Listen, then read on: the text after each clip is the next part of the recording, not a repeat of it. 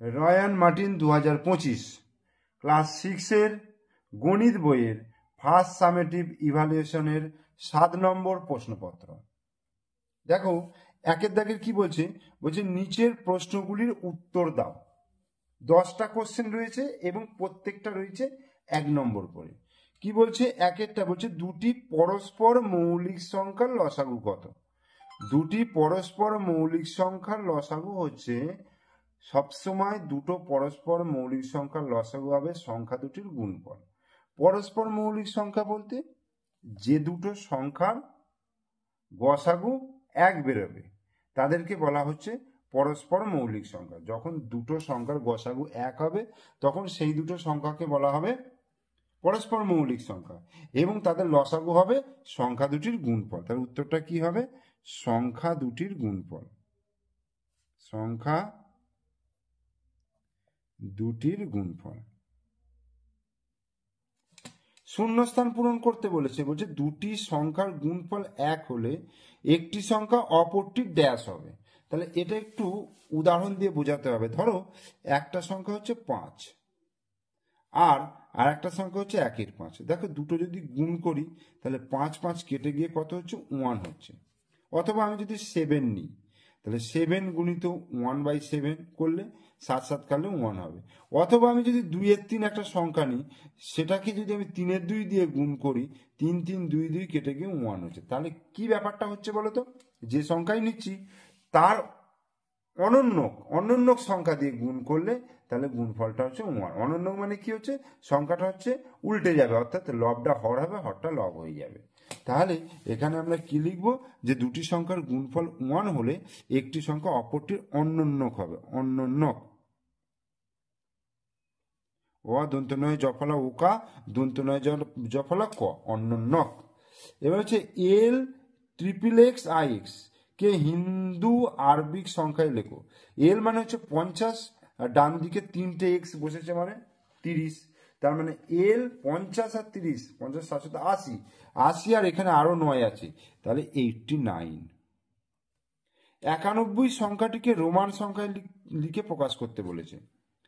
91 সংখ্যা, দেখো সি মানে হচ্ছে 100 আর তার আগে যদি একটা এক্স দিই তাহলে 90 হয়ে গেল, XC1 বা XCI যেটাকে বলা হচ্ছে 91। 1276-এর সব থেকে কাছে 100-র গুণিতকে পূর্ণ সংখ্যা লিখতে বলেছে। 1276-এর সব থেকে কাছে 100-র গুণিতকে পূর্ণ সংখ্যা।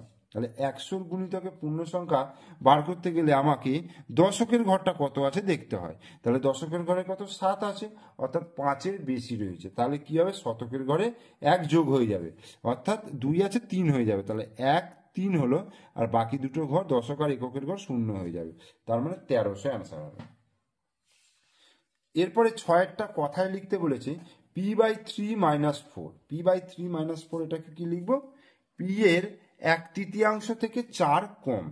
p এর 1/3 অপেক্ষা, p এর 1/3 অপেক্ষা 4 কম। ঠিক আছে, p এর 1/3 অপেক্ষা 4 কম। এবার চলো বলতে বুঝি এটির বিভিন্ন মান হতে পারে, 2টি মান হবে, 3টি মান হবে। এটির বিভিন্ন মান, চলো সংখ্যা, চলো বলতে আমরা এটার বিভিন্ন মান হতে পারে। শূন্যস্থান পূরণ করতে বলেছে। 1 সমকোণ সমান 1/2 গুণিত 180 ডিগ্রি। কারণ 1 সমকোণ মানে 90 ডিগ্রি, 180-কে 2 দিয়ে ভাগ করলে তাহলে 90 ডিগ্রি হবে। 10 সেমি ব্যাস বিশিষ্ট বৃত্তাকার ক্ষেত্রের ব্যাসার্ধ কত হবে। 10 সেমি ব্যাস বিশিষ্ট বৃত্তাকার ক্ষেত্রের ব্যাসার্ধ কত হবে। তাহলে আমরা কি জানি, ব্যাসার্ধ হচ্ছে ব্যাসের অর্ধেক। তাহলে 10 সেমি ব্যাস বলেছে মানে ব্যাসার্ধ হয়ে যাবে 10/2 অর্থাৎ 5 সেমি। এরপরে 5 2 8 7 3 2 1 সংখ্যাটির দুটি 2-এর স্থানীয় মানের গুণফল। দুটি 2-এর স্থানীয় মানের গুণফল। দেখো এখানে 2 আছে মানে কত নম্বর পজিশনে, 1 2 3 4 5 6 নম্বর পজিশনে। তাহলে এর স্থানীয় মান হবে 5টা শূন্য, 2-এর পিঠে 5টা শূন্য হবে, এই হলো। আর এই 2টার দেখো স্থানীয় মান হবে 2-এর পিঠে 1টা শূন্য, 2-এর পিঠে 1টা শূন্য। তাহলে এটাকে গুণ করব, তাহলে কত হবে, 2 2 4 হবে, 1 2 3 4 5 6। 1 2 3 4 5 6, তাহলে এইটা হয়ে যাবে কিন্তু অ্যান্সার। 2 দাগে নিচের প্রশ্নগুলির উত্তর দাও। একটা বলছে 100 গুণিতকে পূর্ণ সংখ্যা নিয়ে যোগ করতে বলেছে, তাহলে এগুলোকে আগে 100 গুণিতকে প্রকাশ করতে হবে। তাহলে আমি এটাকে দেখো খাতায় করে দেখাচ্ছি কি কি আছে। 5 6 1 2 যুক্ত 2 0 9 5, তাহলে এটাকে যদি আমি 100 গুণিতকে নিই তাহলে আমাকে দশকের ঘরের অঙ্কটা দেখতে হবে। দেখো দশকের ঘরে কত রয়েছে, 1 রয়েছে, তাহলে এটার কোনো চেঞ্জ হবে না, তাহলে 56 আর 0 0 হয়ে যাবে। যুক্ত এখানে কত আছে, 9 আছে, তার মানে 5-এর বেশি আছে, তাহলে এই ঘরটা 1 বেড়ে যাবে, তাহলে 2 1 হয়ে গেল, আর এটা 0 0। এবার এটাকে যোগ করে দিই, তাহলে 0 0, 6 এর 1 7 হচ্ছে, আর 5 আর 2 7, তাহলে 7700, 7700 এটার অ্যান্সার হয়ে গেল। তাহলে এটার অ্যান্সারটা আমি এখানে লিখে দিই 7700। দুটি সংখ্যার যোগফল এত, একটি সংখ্যা এত হলে অপর সংখ্যাটি কত হবে? তাহলে যোগফল থেকে এই একটা সংখ্যা বিয়োগ করলে অপর সংখ্যাটা পেয়ে যাব।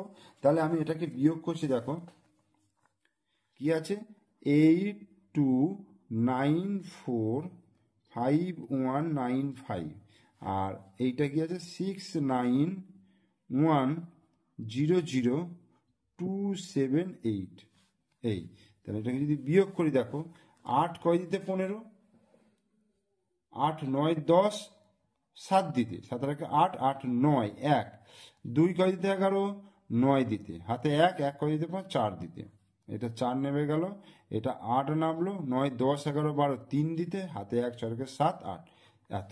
তাহলে অপর সংখ্যাটি হলো কত, উত্তরটা কত লিখবো, 1 3 8 4 4 9 1 7, এইটা হয়ে গেল অপর সংখ্যাটি। মানের ঊর্ধ্বক্রমে সাজাতে বলেছে, মানের ঊর্ধ্বক্রমে সাজাতে বলেছে মানে ছোট থেকে বড় হিসাবে সাজাতে বলেছে। সংখ্যাটা কি আছে, 0.534 এটা আছে, তারপর 0.52 রয়েছে, 5.34 রয়েছে, আর 0.513 রয়েছে। তাহলে এটাকে যদি আমি দশমিকটাকে তুলি, তাহলে 534/1 পিঠে কটা শূন্য হবে, 3টে, কারণ দশমিকের পরে 3টে ঘর রয়েছে। এটা দেখো 52 কত হবে, 100, কারণ দশমিকের পর 2টো ঘর রয়েছে। এটাও একই হবে 534/100, আর এটা হবে 513/1 পিঠে 2 3টে শূন্য। তাহলে এইবার দেখো প্রত্যেকটা, এইখানে দেখো ম্যাক্সিমাম 3টে শূন্য আছে, এখানেও 3টে শূন্য রয়েছে, তাহলে এটাকে আমি একটা শূন্য বাড়াচ্ছি, তাহলে উপরেও একটা শূন্য বাড়াতে হবে, এটাতেও একটা শূন্য বাড়ায়, উপরে একটা শূন্য বাড়ালাম, তাহলে দেখো নিচে প্রত্যেকটা কিন্তু সমান হয়ে গেল। অর্থাৎ হাজারের মধ্যে এবার দেখো কোনটা সব থেকে ছোট, 520, 513, 534, 5340, তাহলে 513টা হচ্ছে সব থেকে ছোট, তার মানে 0.513 লেস দেন, তাহলে এরপর কোনটা 520, অর্থাৎ 0.52, তারপরে 534, অর্থাৎ 0.534, তারপর হচ্ছে 5.34, এইটা।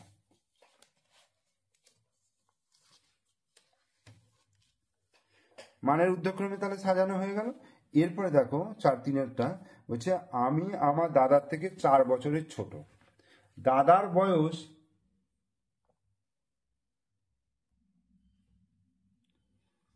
আমি আমার দাদার থেকে 4 বছরের ছোট, দাদার বয়স যদি এক্স বছর হয় তাহলে আমার বয়স কত? আমি তো দাদার থেকে 4 বছরের ছোট, তাহলে তো বিয়োগ করতে হবে, তাহলে x-4 বছর।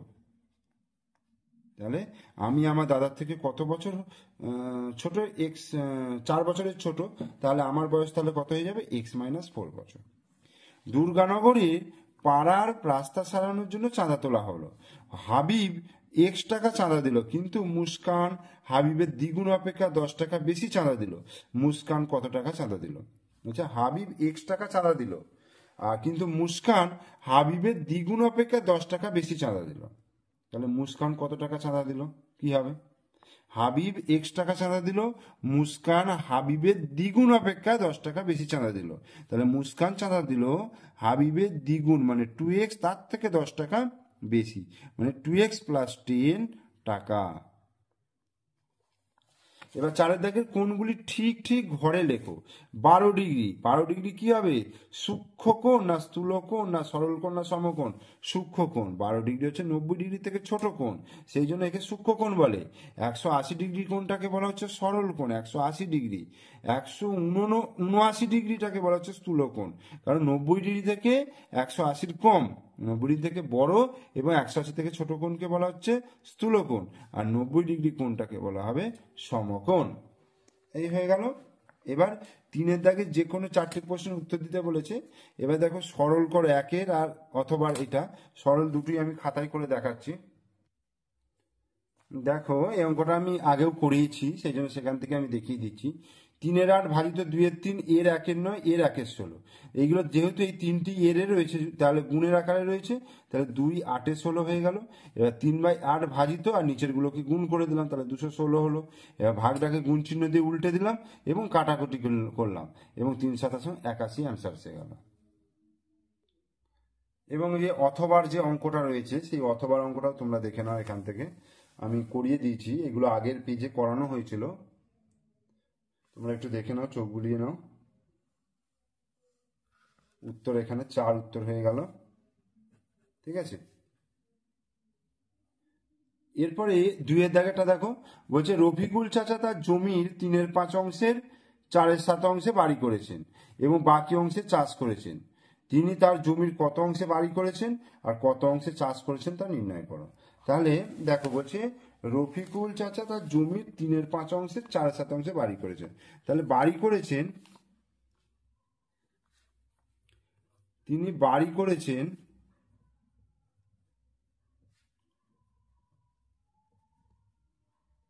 কত? 3/5 4/7, এইটা।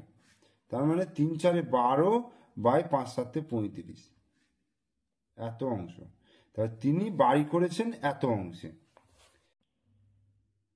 তাহলে চাষ করেছেন কত? তাহলে মোট জমিটা যদি 1 অংশ হয়, সেখান থেকে বাড়ি তৈরি করেছেন 12/35 অংশ, তাহলে 1 বিয়োগ 12/35 সমান, এটা বিয়োগ করলাম, বিয়োগ করে 23/35 অংশ অ্যান্সার হলো। এবার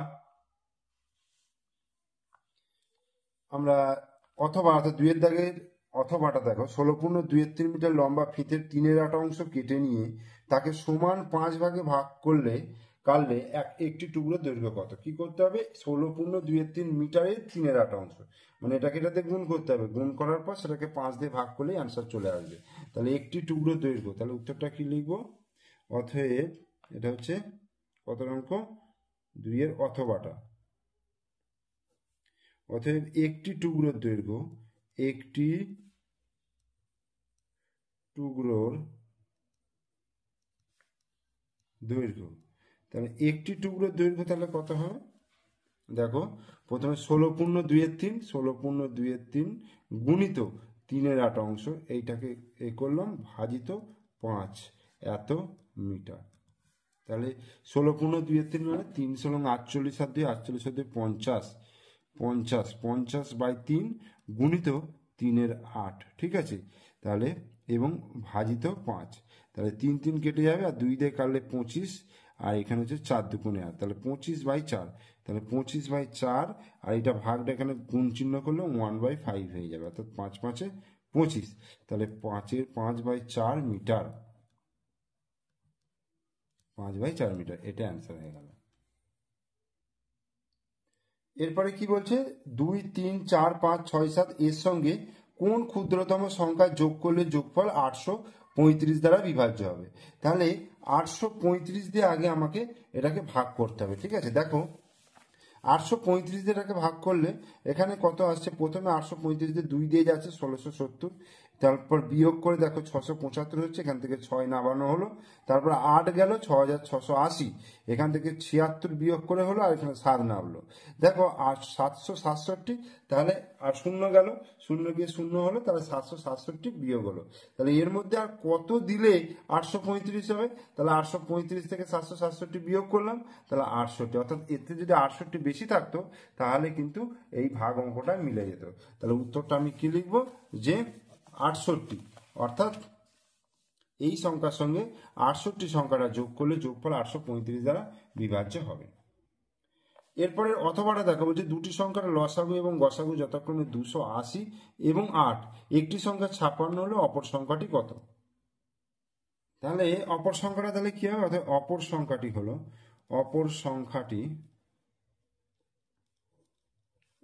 সংখ্যাটি হলো, তাহলে কি করবে? সংখ্যা দুটির গুণফল বা না, সংখ্যা দুটির গুণফল নয়, লসাগু গুণিত গসাগু। লসাগু হচ্ছে 280, 280 গুণিত 8, লসাগু গুণিত গসাগু বাই একটি সংখ্যা হচ্ছে 56। 8 7 8 56, 7 4 7 8 8 40 হলো। তাহলে 40 অ্যান্সার হয়ে গেল। ঠিক আছে, তাহলে অপর সংখ্যাটা হয়ে গেল কত? 40। এরপরে একটি কম্পিউটার কোম্পানি 40 জন ইঞ্জিনিয়ার নিয়ে 30 দিনে 180টি ল্যাপটপ তৈরি করতে পারেন। 200 দিনের মধ্যে 27টি ল্যাপটপ তৈরি করতে কতজন ইঞ্জিনিয়ার লাগবে?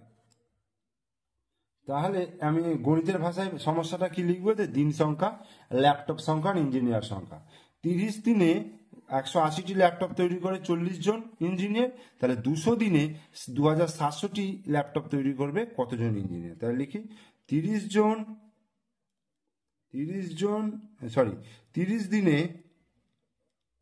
দিনে 180টি ল্যাপটপ তৈরি করে